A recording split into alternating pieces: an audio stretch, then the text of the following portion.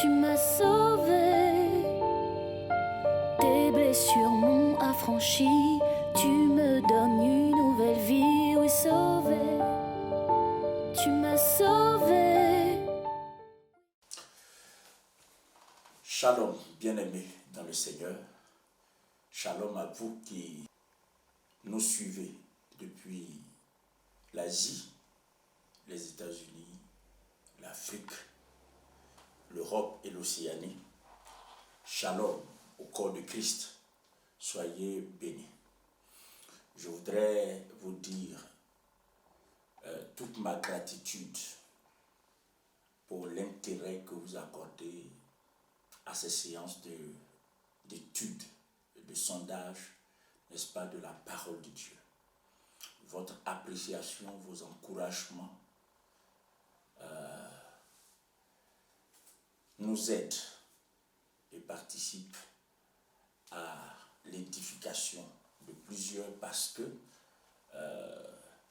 cela me permet davantage de savoir que ce qui se fait est une bénédiction pour le corps de Christ. Ce soir, je voudrais, comme nous en avons l'habitude, vous inviter à prier avec moi.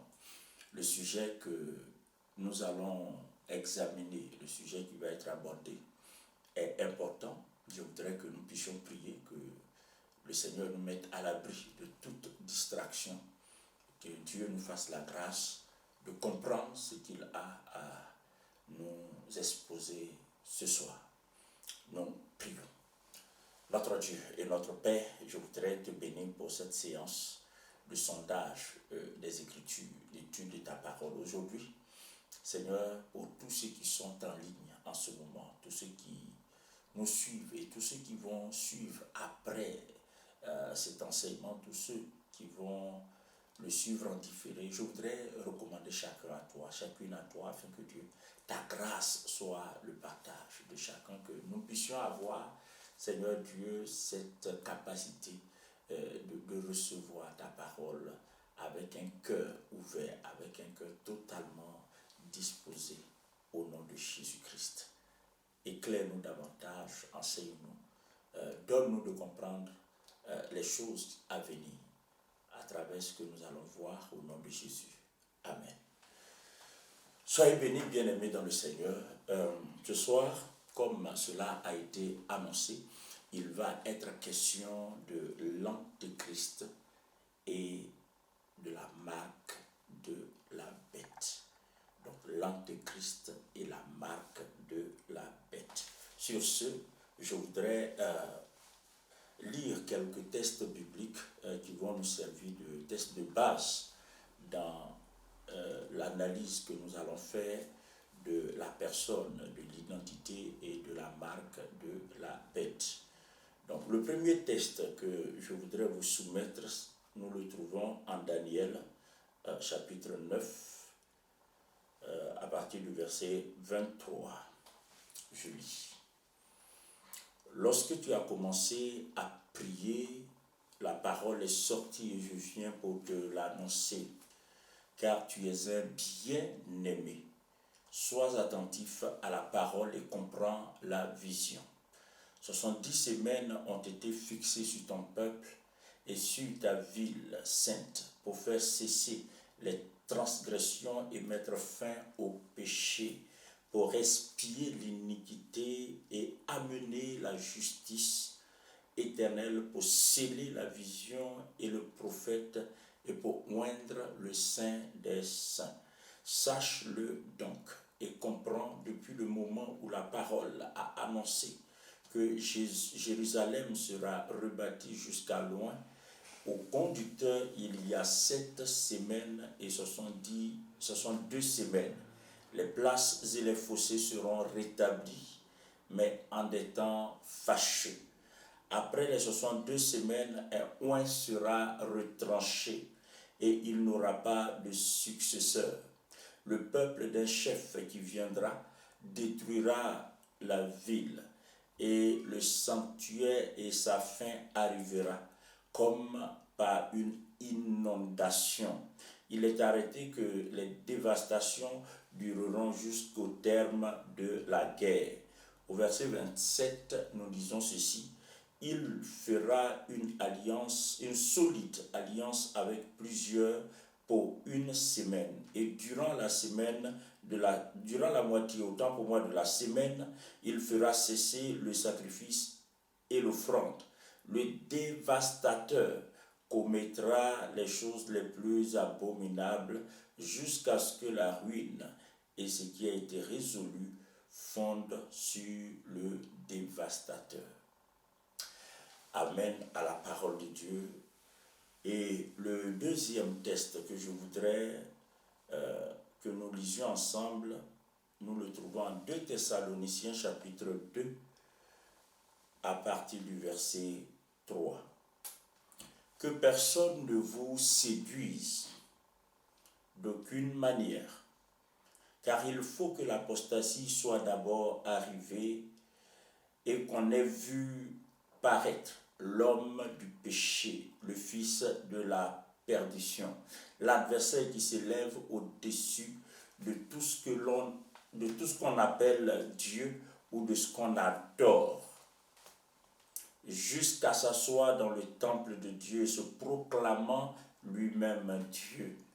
Ne vous souvenez-vous pas que je vous disais ces choses lorsque j'étais encore chez vous? Et maintenant vous savez ce qui le retient, afin qu'il ne paraisse qu'en son temps, car le mystère de l'iniquité agit déjà.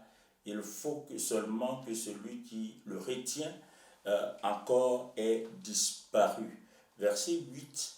Et alors paraîtra l'impie, que le Seigneur Jésus détruira par le souffle de sa bouche et qu'il anéantira par l'éclat de son avènement. Bien-aimés, je rappelle ce soir, il va être question de l'Antéchrist et de son sceau, donc de la marque de la bête.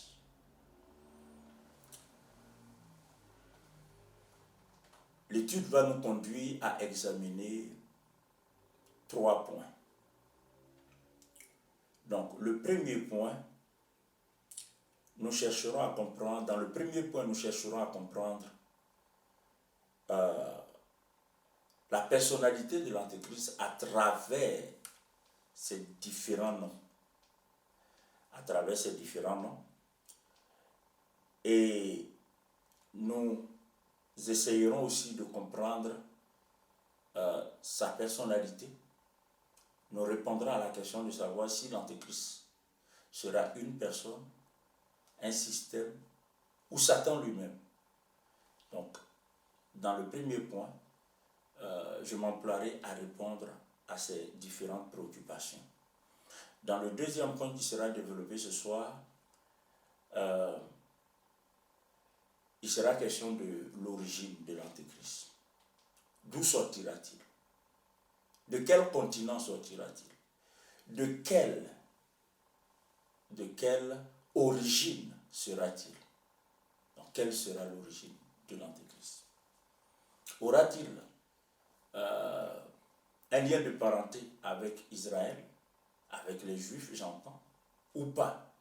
Donc, j'essaierai, à la lumière de la parole de Dieu, de répondre aussi à cette question. Et enfin, nous examinerons la question touchant la marque de la bête. La marque de la bête. Donc, commençons par le premier point. Vous remarquerez que dans l'Ancien, comme dans le Nouveau Testament, il est fait mention d'un personnage mystérieux, terrible et sulfureux. Il est désigné sous plusieurs appellations, lesquelles révèlent, à n'en point douter, les différentes facettes de sa lugubre personnalité. Ces noms dressent de l'Antéchrist un portrait absolument obscur, mais un portrait réaliste. Un portrait réaliste. Un portrait qui le positionne comme l'homme le plus satanique de tous les êtres humains ayant existé sur la terre. Je rappelle, à travers les différents noms et de façon générale, à travers la présentation que la Bible fait de l'Antéchrist, il est clair que la Bible positionne comme l'être humain le plus satanique qui ait jamais existé. Ce sont des choses que nous, Église, nous devrons pouvoir comprendre clairement, mais ce sont des choses que nous devrons aider nos parents, nos amis et nos connaissances à comprendre. Parce que le monde est déjà victime d'une grande séduction. Et j'en parlerai tout à l'heure. Donc, on va voir ensemble ce que l'Ancien Testament, d'un côté, dit de l'Antéchrist, et après ce que le Nouveau Testament en dit. Dès les premières pages de la Bible, l'Antéchrist est cité de façon très implicite. Tant et si bien que la plupart des gens qui ont étudié le personnage de l'Antéchrist n'ont pas évoqué ce texte. Cependant, il apparaît très clair qu'en Genèse chapitre 3, le Seigneur dit, donc en Genèse chapitre 3, il nous est clairement dit ceci, au verset 15, il dit, « Je mettrai inimitié entre toi et la femme, entre ta postérité et sa postérité. » Donc, il est question ici de deux postérités. Il y a la postérité de la femme que nous savons, que nous connaissons, dont l'identité est claire dans la Bible, à savoir le Seigneur Jésus, le Messie, loin de Dieu. Et il y a la postérité du serpent, la postérité du serpent. Ici donc, l'Antéchrist est pointé. Donc, ce dont on doit se rendre compte tout de suite, c'est que dès les premières pages de la Bible, juste après l'irruption du péché dans la civilisation humaine, l'Antéchrist est mentionné aux côtés, n'est-ce pas, du Sauveur. Donc, l'Antéchrist est mentionné aux côtés du Sauveur, du Messie. Ça en dit long sur le personnage même de l'Antéchrist. Ailleurs dans l'Ancien Testament, notamment en Ésaïe 14, verset 4, il est présenté comme le tyran. Et en Daniel chapitre 7, il est présenté comme la petite corne.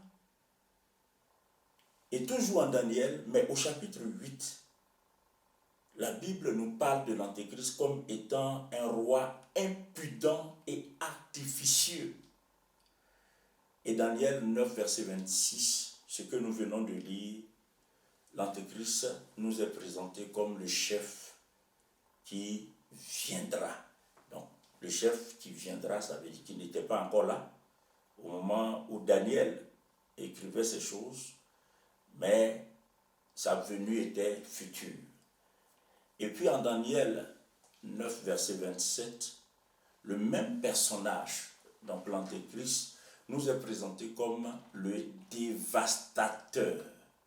En effet, quand l'Antéchrist prendra fonction, quand il sera investi, quand il sera intronisé, nous allons le voir comme le premier homme président du monde, parce qu'il sera porté par un système qui en fera le président du gouvernement mondial.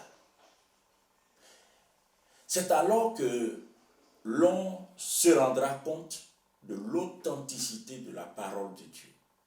Parce que ce sera évident que l'Antéchrist ne vient pas pour construire, mais il vient pour détruire. La Bible l'appelle le dévastateur. Le dévastateur.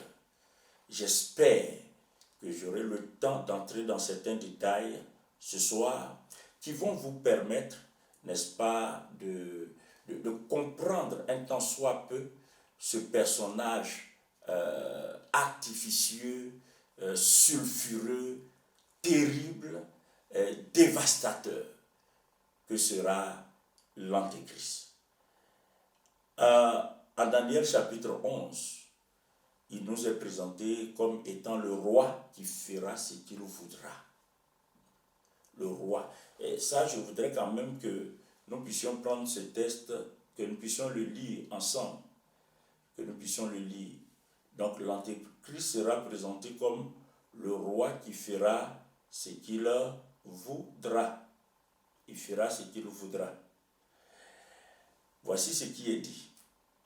Le roi fera, Daniel chapitre 11, verset 36, le roi fera ce qu'il voudra. Il s'élèvera, il se glorifiera au-dessus de tous les dieux et il dira des choses incroyables contre le Dieu des dieux, donc le Seigneur, le Créateur. Il prospérera jusqu'à ce que la colère soit consommée, car ce qui est arrêté s'accomplira. Donc l'Antéchrist sera un roi, il sera un chef, mais un chef tyrannique, un chef dictateur, un chef dévastateur, un chef qui n'aura de référence que sa propre personne, ou tout au plus le diable, Satan lui-même. Il n'aura de compte à rendre à personne. Il fera ce qu'il voudra. Et j'attire votre attention, avant d'aller plus loin, j'attire votre attention que de plus en plus, l'on constate, que ce soit en Afrique, en Asie, en Amérique, partout, l'on constate que de plus en plus, les gens qui nous dirigent, une fois élus, une fois au pouvoir, ne se préoccupent plus de ce qui concerne le peuple qui les a élus. Mais ils font ce qu'ils veulent. Et c'est ce que nous observons avec déception de plus en plus. Dans les pays même dits démocratiques et civilisés, on observe à notre grande dame que la plupart des hommes au pouvoir, des femmes au pouvoir, fonctionnent comme s'ils étaient dans un état totalitaire. Ils imposent des décisions contre le gré de la population, contre le gré du peuple qui cependant les a élus. Nous voyons donc se dessiner les prémices du règne de l'Antéchrist. Et nous nous rendrons compte que dans peu de temps, et ce n'est pas loin, le peuple n'aura plus son mot à dire quant aux grandes décisions qui pourtant le concerneront. Le peuple n'aura pas grand-chose à dire. C'est là que nous découvrirons, bien aimés, que la démocratie est un leurre, c'est une illusion. C'est là que nous découvrirons que la liberté de parole, la liberté de croyance, tous ces concepts qui ont fait les beaux jours de notre civilisation, nous nous rendrons compte que c'était des concepts trompeurs. Qu'en réalité, ces choses n'existent pas dans le fond. Dans le fond. Et tout cela va servir, ces comportements totalitaires dans des nations démocratiques, dans des États démocratiques, en dépit de toutes les institutions qui existeront. Les gens vont avoir recours à des lois qui vont leur permettre de décider sans consulter le peuple. De plus en plus, c'est ce que nous voyons. Bien-aimés, la Bible dit que l'Antéchrist, l'ultime chef du monde, le dernier grand roi du monde, il fera ce qu'il voudra. Il n'aura pas de compte à rendre à qui que ce soit. Il n'est donc pas étonnant que dans le Nouveau Testament, il soit présenté comme l'homme du péché. En 2 Thessaloniciens, chapitre 2, versets 3 à 8. Il est aussi présenté comme le fils de la perdition, l'adversaire, l'impie, la bête qui monte de la mer, en Apocalypse chapitre 13, ou la bête qui monte de l'abîme. Donc, comprenez que l'Antéchrist sera la clé de voûte du gouvernement mondial. Il en sera la cheville ouvrière, j'allais dire la pierre angulaire. Tous les régimes, écoutez-moi très bien, tous les régimes, qu'ils soient de droite ou de gauche ou centristes, tous les régimes politiques, directement ou indirectement, travaillent à l'avènement de l'Antéchrist. Je dis bien tous les régimes politiques, sans exception, travaillent à l'avènement de l'Antéchrist. Tous les partis politiques, toutes les monarchies, toutes les dynasties, bref, toutes les démocraties, les dictatures du monde, même les nations qui, en apparence, sont opposées, ces mêmes nations collaborent dans la prise de certaines décisions parce que ces décisions doivent permettre ou vont permettre la facilitation de la mise en place du gouvernement mondial. Nos élites y travaillent depuis belle lurette. Ce projet a commencé avec Nimrod, qui, d'un certain point de vue et à raison, a été considéré comme le premier type même de l'Antéchrist. Donc, tout va tourner autour de l'Antéchrist.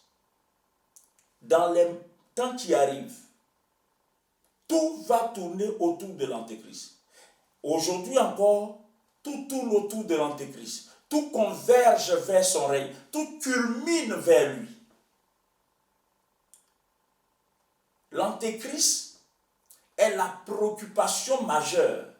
C'est la priorité de l'élite de l'ombre. Mais c'est aussi, indirectement, la priorité de l'élite qui gouverne. Ce n'est pas du complotisme, mais c'est ce que la Bible enseigne. D'ailleurs, dans l'histoire, plusieurs personnes ont été identifiées comme portant les traits caractéristiques de l'Antéchrist. J'ai cité Nimrod, il y a Néron, il y a Antiochus, il y a même Adolf Hitler et j'en passe. Ce n'était pas du tout une exagération de les avoir pointés ou considérés comme étant des types de l'Antéchrist. D'autant plus que la Bible dit que avant que ce chef sulfureux, artificieux et dévastateur sans scrupules ne vienne, il y aura plusieurs antéchrists. C'est ce que nous lisons dans la deuxième épître de Jean. Il y aura plusieurs antéchrists. Au regard de ce que je viens de dire, nous pouvons déjà proposer, à la lumière de la parole de Dieu, les réponses suivantes. Est-ce que l'Antéchrist sera un système? Non. Il sera porté au pouvoir par un système, mais l'Antéchrist ne sera pas un système. Est-ce que l'Antéchrist est Satan lui-même? Non. L'Antéchrist sera investi de l'autorité de la puissance de Satan. C'est pourquoi la Bible le présente comme l'homme du péché. Il se déclarera comme Dieu. Il sera dépourvu de toute intégrité. Il s'en en fichera. L'intégrité ne fera pas de partie de son standard de vie. Il fera ce qu'il veut. D'ailleurs, c'est en vue de l'avènement de l'Antéchrist, de sa manifestation, que tout ce qui est abomination, tout ce qui est péché, tout ce qui est scandale est adopté aujourd'hui comme faisant partie de la normalité. Nous n'en sommes pas étonnés, puisque la Bible dit que dans les temps de la fin, et nous y sommes, les gens appelleront le mal bien et le bien mal. Nous sommes dans ce temps. Ce qui était scandaleux hier, ce qui était abominable hier, ce qui était mauvais, exécrable hier, aujourd'hui, on le fait au grand jour et ça n'émeut personne. Et si, à tout hasard, quelqu'un manifestait une quelconque indignation face à des comportements presque, j'allais dire, des comportements choquants. Si quelqu'un manifeste une indignation, non, c'est la personne indignée qui aura des problèmes.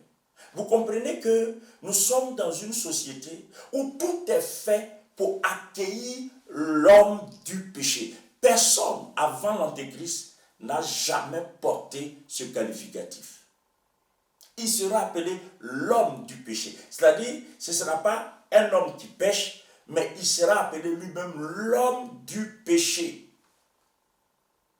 Il sera corrompu de la tête aux pieds. Et vous vous rendez compte que de plus en plus, nos chefs d'État, nos gouverneurs, nos politiques sont corrompus. Ils sont corrompus jusqu'aux orteils. Que ce soit ici en Afrique, que ce soit ici en Europe, en Amérique du Sud, en Afrique, n'en parlons même pas. Et cependant, ce sont eux qui décident des lois. Ce sont eux qui répriment. Ce sont eux qui donnent l'impression de préserver une société de justice. Pourquoi je relève ces choses? Je relève ces choses pour que vous et moi, nous puissions prendre conscience que l'esprit de l'Antéchrist agit déjà. L'esprit de l'Antéchrist agit déjà. La Bible dit en Apocalypse 13 et au verset 2 que l'Antéchrist manifestera une grande puissance occulte. Et avec cette puissance occulte, il envoûtera des millions de personnes. Et les gens le suivront sans réfléchir. Les gens le suivront sans réfléchir. Il fonctionnera, il agira, il opérera comme un Superman, un supra-homme. Parce qu'il sera dépositaire de pouvoir incroyable. La Bible dit qu'il sera investi. En 2 Thessaloniciens chapitre 2, au verset 9, la Bible dit qu'il sera investi de l'autorité et de la puissance de Satan lui-même. Parce qu'il sera, dans le mauvais sens, le parfait représentant du diable sur la terre. De toutes les générations, de tous les siècles. Il sera le parfait représentant. Il sera la personnification du diable sur la terre. De la même façon que Jésus a dit, celui qui m'a vu a vu le Père. De la même façon, celui qui verra l'Antéchrist comprendra qui est le diable. Bien-aimés, ce sont des choses qui sont simples à comprendre. Ce sont des choses dont Dieu a parlé il y a des siècles et qui sont sur le point de s'accomplir. Alors, je l'ai dit, l'Antéchrist ne sera pas un système. L'Antéchrist sera porté au pouvoir par un système. Il sera un être humain, comme vous et moi, à la seule différence qu'il sera totalement pris en otage par le diable. Il sera la personnification de Satan. Satan ne pouvait pas rêver mieux. De la tête aux pieds, il respirera le mal. Il sera corrompu jusqu'aux os. Et dire que c'est à cause de cet homme, de cet antéchrist, que la société aujourd'hui est bouleversée.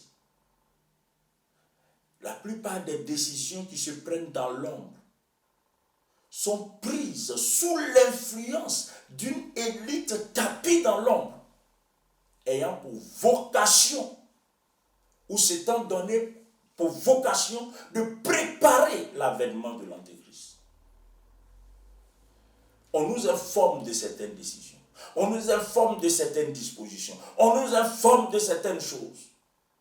Et toutes les structures de la société sont au service de cette cause qui consiste à œuvrer pour l'avènement de l'Antéchrist, lequel va être établi comme le président mondial. Je dis bien, toutes les structures, toutes les organisations, tous les organismes au sein de toutes les institutions au sein de la société travaillent pour cette cause, œuvrent à l'accomplissement de cette cause, sans exception. Il n'y a rien d'étonnant. La Bible dit que Satan est le prince de ce monde. Le prince de ce monde. Oui, la religion travaille à ça. Les régimes politiques, les partis politiques, indirectement ou directement, travaillent à ça.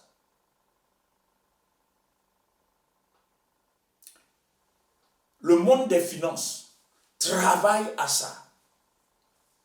Donc, vous comprenez que toutes les sphères de la société sont mises à profit de ce grand dessein, de ce dessein ultime que caresse l'élite qui est tapie dans l'ombre et qui travaille avec ardeur à la mise en place d'un système unique pour accueillir leur maître, l'Antéchrist. Ils le font étant eux-mêmes dans l'ignorance. Dans leur esprit, ils sont en train de préparer un monde meilleur. C'est de la duperie, c'est de l'ignorance. Ils sont victimes de séduction. Après ce que nous venons de voir, je veux rapidement répondre à une question simple mais importante. D'où sortira l'Antéchrist? De quelle nationalité sera-t-il? En Daniel chapitre 9, nous avons lu ce texte, et au verset 26, il nous est dit ceci: après les 62 semaines, un oint sera retranché et il n'aura pas de successeur. Maintenant, suivez. Le peuple d'un chef qui viendra détruira la ville. Le peuple d'un chef qui viendra détruira la ville. Il faudrait qu'on reconsidère la structure grammaticale de ce texte pour comprendre. Parce que dans ce texte se trouve cachée l'origine de l'Antéchrist. Il est dit, le peuple d'un chef qui viendra détruira la ville et le sanctuaire. L'information est la suivante. Il y a un peuple qui va détruire le sanctuaire. Il y a un peuple qui va détruire la ville. Il n'est pas question de Babylone, puisque au temps de Daniel, cette destruction n'avait pas encore eu cours. Donc, il n'était pas question donc de Babylone. Dans l'histoire, quel est le peuple qui a saccagé Jérusalem et qui a détruit le temple à Jérusalem après la captivité? Après le retour de la captivité. Quel est ce peuple? Bien-aimé, en l'an 68, 69, 70 de notre ère, Rome a assiégé Jérusalem. Rome a détruit Jérusalem. Rome a détruit le temple de Jérusalem. Et depuis,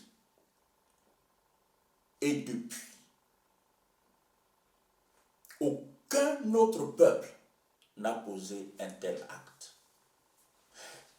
Par conséquent, nous sommes obligés d'identifier le peuple d'un chef qui viendra. Ce peuple, lequel peuple a détruira la ville. Donc pour nous aujourd'hui, a détruit, puisque au moment où Daniel parlait, c'était un futur. Pour nous, c'est le passé. Amen. Pour nous, c'est le passé. Donc, ce bout, enfin, cette partie de ce verset nous donne une information capitale sur l'Antéchrist. Souvenez-vous que l'Antéchrist, parmi les noms dont il était désigné dans l'Ancien Testament, il s'appelait aussi le chef qui viendra. Et le roi qui fera ce qu'il voudra.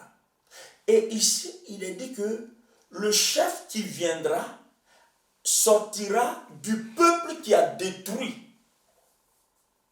le temple à Jérusalem. Je reprends. Le chef qui viendra sortira du peuple qui a détruit Jérusalem et le temple de Jérusalem. Souvenez-vous qu'après la crucifixion du Seigneur Jésus, avant la crucifixion du Seigneur Jésus, il avait dit ceci: il ne restera pas pierre sur pierre qui ne sera détruite. Ne pleurez pas sur moi, mais pleurez sur vous. Il le disait à Israël, il le disait aux Juifs. Quelques 30 à 40 années après sa mort et sa résurrection, le temple a été renversé. Jérusalem a été renversée, détruite, mise en ruine. En tout cas, la majeure partie de la ville. Et le peuple qui a fait cela, c'était l'Empire romain. Conclusion, l'Antéchrist sortira de l'Empire romain. L'Antéchrist sortira de l'Empire romain. Maintenant,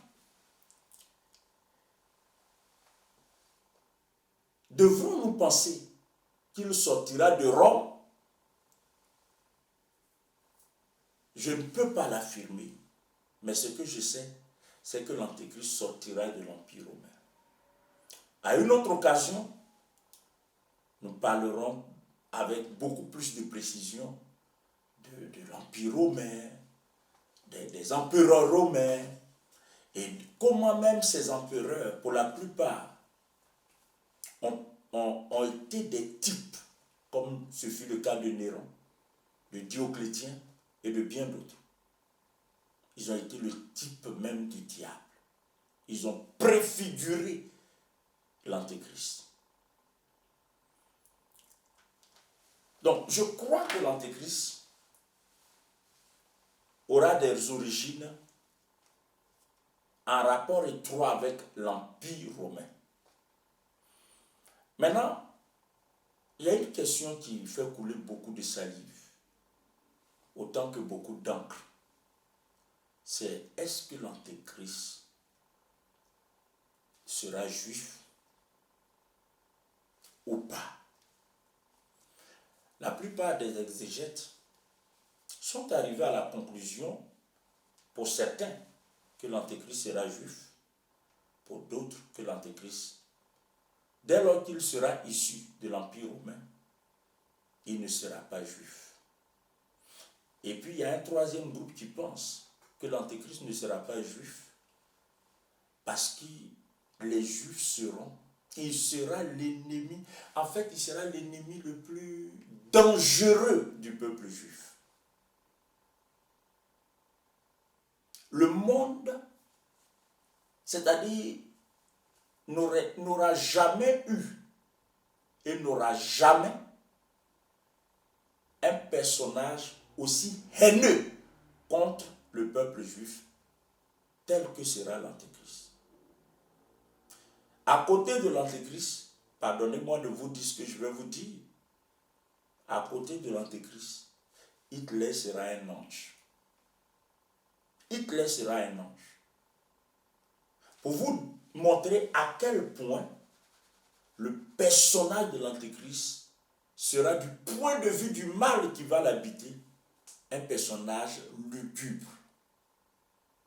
Un personnage lugubre sous tous les rapports, sous toutes les coutures, sous tous les angles. Bien-aimés, ce sont des choses que nous devrons comprendre. Maintenant, j'ai toujours dit que l'Antéchrist aura un lien d'une façon ou d'une autre avec Israël. Parce que je me pose la question suivante. Comment les Juifs, comment Israël accepterait-il qu'un individu qui n'a aucun lien de parenté avec les Juifs comment un tel individu peut se présenter comme le Messie? C'est vrai que la Bible dit, et nous l'avons vu tout à l'heure, l'Antéchrist sortira de l'Empire romain. Le temps qui m'est imparti ce soir ne me permet pas d'aller au-delà de cette démonstration. Mais les textes bibliques qui confirment ce que je suis en train de dire sont partout dans les livres prophétiques de Daniel, de l'Apocalypse et dans bien d'autres endroits de la Bible. Cela dit, est-ce que le fait que l'Antéchrist sortira de l'Empire romain met en doute la possibilité pour l'Antéchrist d'avoir des liens avec les Juifs? Je dis non. J'ai dit non. J'ai dit non parce que Paul était juif. Il a dit, il était hébreu, né d'hébreu. Mais il avait le statut de citoyen romain. Parce qu'Israël était sous l'Empire romain. Et aujourd'hui encore, on peut comprendre davantage cela. Il y a des gens qui sont italiens, français, britanniques, espagnols, portugais, de nationalité. Mais en fouillant et en analysant leur arbre généalogique, on trouve qu'ils ont du sang juif en eux. Moi, je crois, au regard de la modeste compréhension que j'ai de la parole de Dieu, l'Antéchrist, tout en sortant de l'Empire romain, aura un lien de parenté avec les Juifs. Je n'imagine pas les Juifs, surtout les Juifs orthodoxes, qui, nuit et jour, sont en train de prier pour attendre le retour du Messie. Je ne les imagine pas en train d'ouvrir les bras pour accueillir un soi-disant Messie, dont l'arbre généalogique ne conduit à aucun ancêtre juif. J'ai du mal à croire cela. Conclusion, l'Antéchrist sortira des ruines de l'Empire romain. C'est clairement dit. Mais il y aura des attaches juives. Je voudrais, en espérant que vous avez compris ce point, que vous avez compris qui sera l'Antéchrist, d'où il sortira, est-ce qu'il y aura ou pas, est-ce qu'il aura ou pas des attaches, une attache ou des liens de parenté avec le peuple juif? Je viens de répondre à ces questions. Considérons, pour terminer, le sceau de l'Antéchrist. Ce que la Bible appelle la marque de la bête. Nous allons prendre ensemble, lire ensemble Apocalypse. Apocalypse chapitre 13, versets 15 à 16.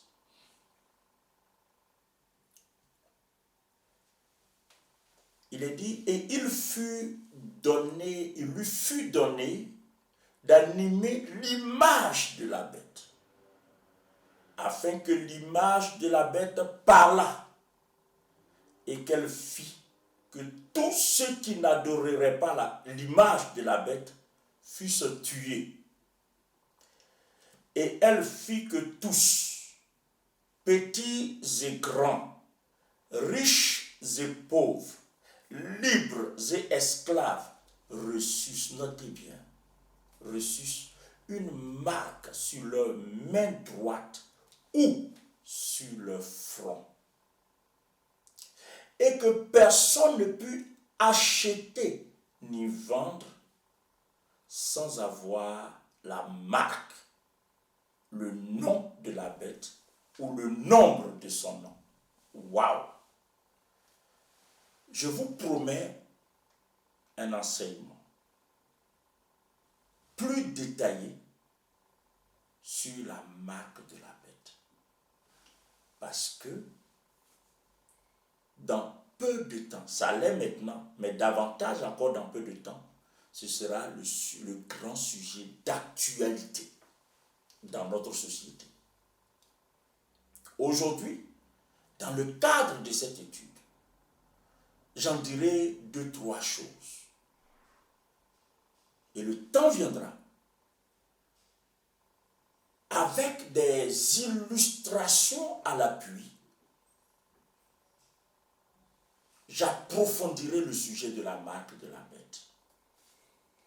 Ce que nous devrons comprendre aujourd'hui, c'est qu'il est dit ceci.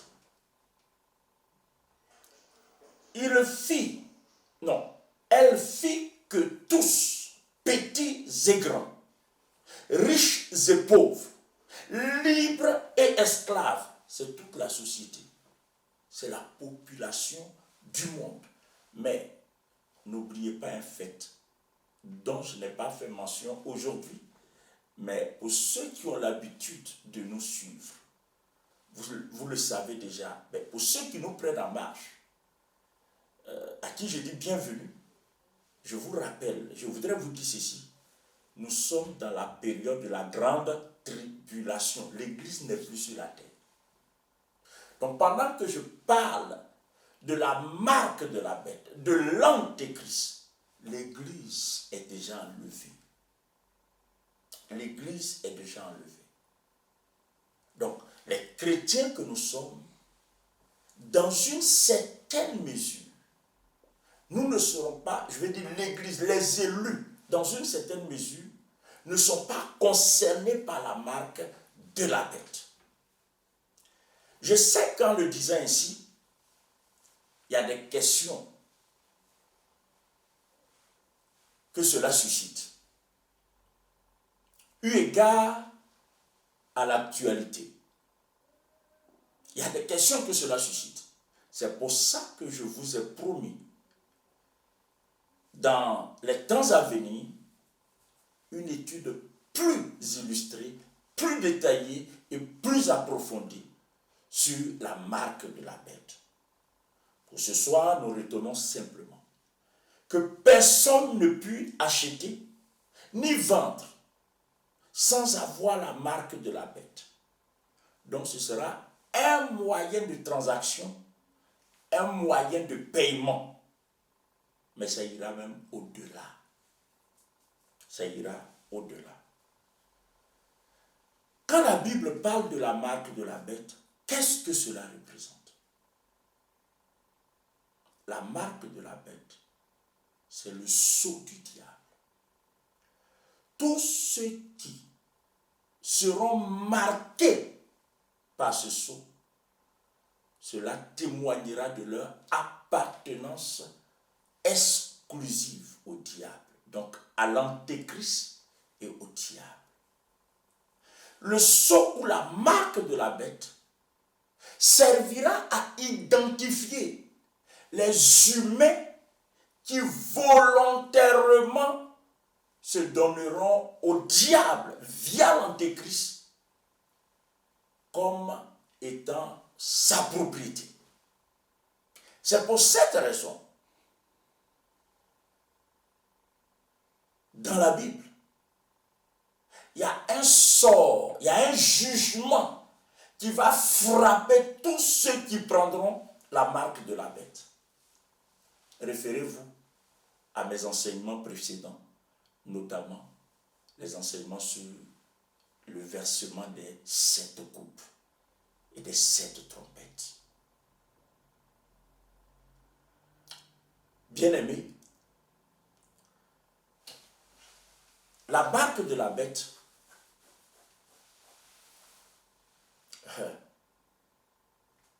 c'est un sujet actuel. Et vraiment, et je suis un peu gêné, mais ce que j'en dis maintenant, et ce que je veux en dire maintenant, c'est quoi? C'est que la marque de la bête sera un moyen d'identification. Le temps vient, et ce temps n'est pas loin, où les gens n'auront plus de carte d'identité, de passeport, tels qu'on les a aujourd'hui. Les gens n'auront plus besoin de carnet de santé. Les gens n'auront plus besoin de badge. Les gens n'auront plus besoin de cartes de crédit, de cartes bancaires. Parce que la marque de la bête incorporera toutes ces choses. Les arguments en faveur de cette marque, lesquels arguments vont servir à séduire les esprits faibles. Parmi ces arguments, il y a la sécurité ou la sécurisation des données. Mais lors d'un prochain enseignement dédié à ce sujet, je vous donnerai davantage d'informations. Pour ce soir, avant de terminer, je veux juste vous dire ceci. Il est dit dans le livre de l'Apocalypse que quiconque n'aura pas la marque de la bête sur sa main ou sur son front ne vendra ni n'achètera. Ce qui nous amène à dire qu'entre autres services, la marque de la bête sera un moyen de paiement. On pourra l'utiliser à d'autres fins, comme je l'ai tantôt indiqué, mais parmi les fins auxquelles cette marque sera utilisée, il y a le paiement, le règlement des achats, les transactions à faire. Pour votre information, et je vais terminer sur ça, pour votre information, depuis l'aube de l'humanité jusqu'au XXIe siècle où nous sommes, dans lequel nous sommes, fondamentalement, l'humanité est à sa 5e monnaie. Fondamentalement, l'humanité est à sa 5e monnaie. La première monnaie que l'humanité a utilisée pour les transactions, pour les règlements, c'est le troc. Le troc. Je donne ananas, tu donnes mangue. C'était le système. Le troc. Le deuxième moyen de paiement, de règlement des transactions après le troc, c'est la monnaie métallique. La monnaie métallique frappée du sceau de certains personnages importants. Et le troisième moyen de paiement, connu par l'humanité, utilisé à grande échelle. Là, je vous parle des monnaies utilisées à grande échelle. Donc, je reprends. Il y a le troc, il y a la monnaie métallique, il y a la monnaie fiduciaire, donc la monnaie papier. La monnaie métallique a précédé la monnaie papier. Parce que le métal, après, quand il y a une grande quantité, c'est difficile à porter. Donc les gens réfléchissant sont passés des moyens d'échange à travers les monnaies métalliques aux moyens d'échange à travers les monnaies fiduciaires papier. C'est plus léger, c'est plus élégant. Le quatrième moyen de paiement, les chèques. Les chèques. C'était plus intelligent d'avoir des chèques. Quand on a un chéquier de 25 chèques, de 30 chèques, on peut y mettre, selon l'état de notre compte en banque, selon les avoirs en banque, on peut y mettre les sommes qu'on veut. Le chèque est donc le quatrième moyen de paiement que l'humanité utilise de façon planétaire.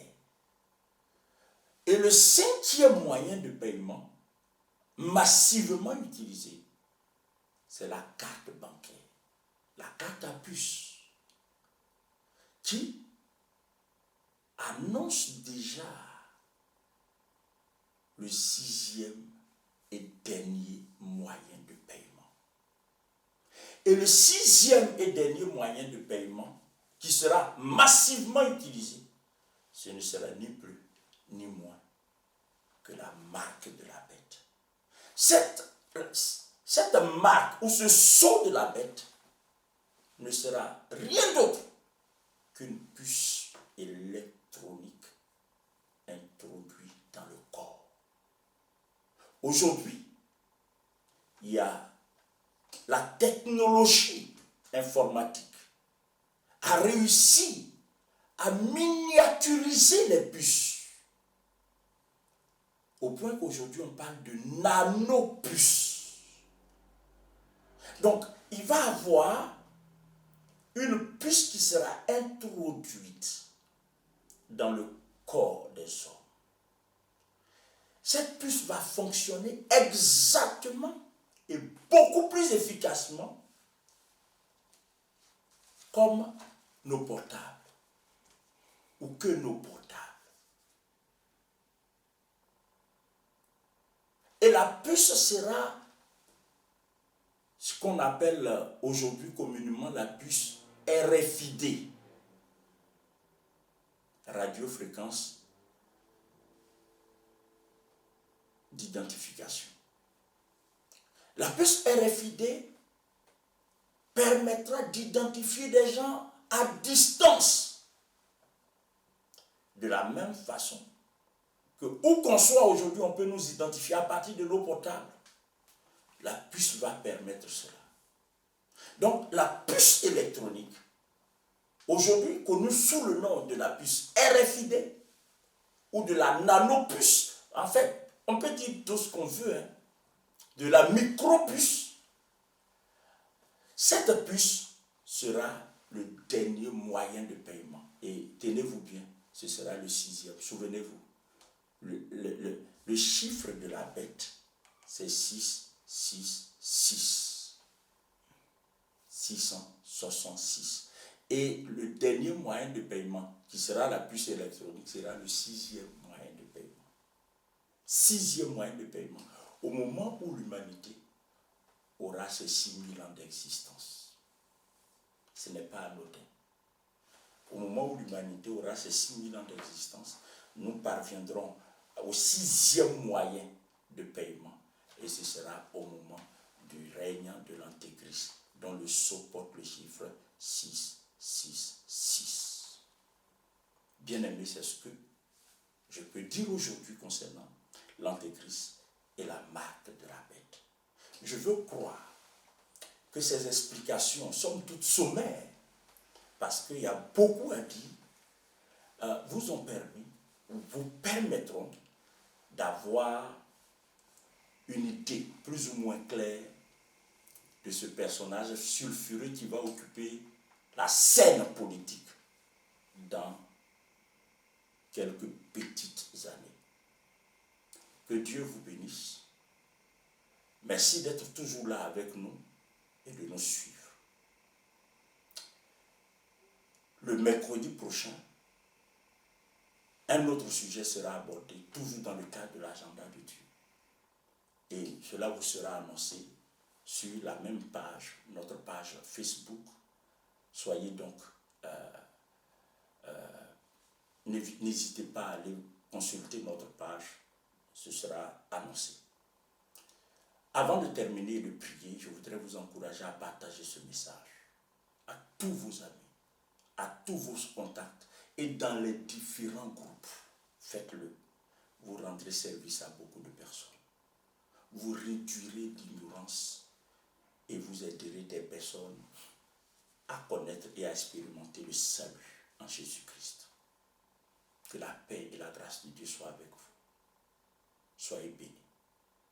Seigneur, merci de bénir ta parole et d'éclairer beaucoup de personnes à travers ces paroles.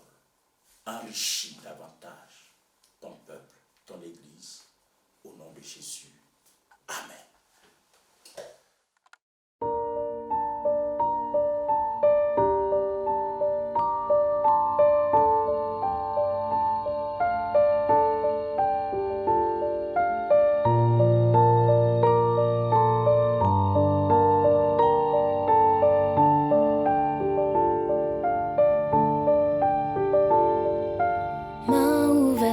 Cœur brisé, ton sang versé m'a lavé, oui sauvé, tu m'as sauvé. Tes blessures m'ont affranchi, tu me donnes une nouvelle vie, oui sauvé, tu m'as sauvé. Oui, j'ai trouvé ta grâce.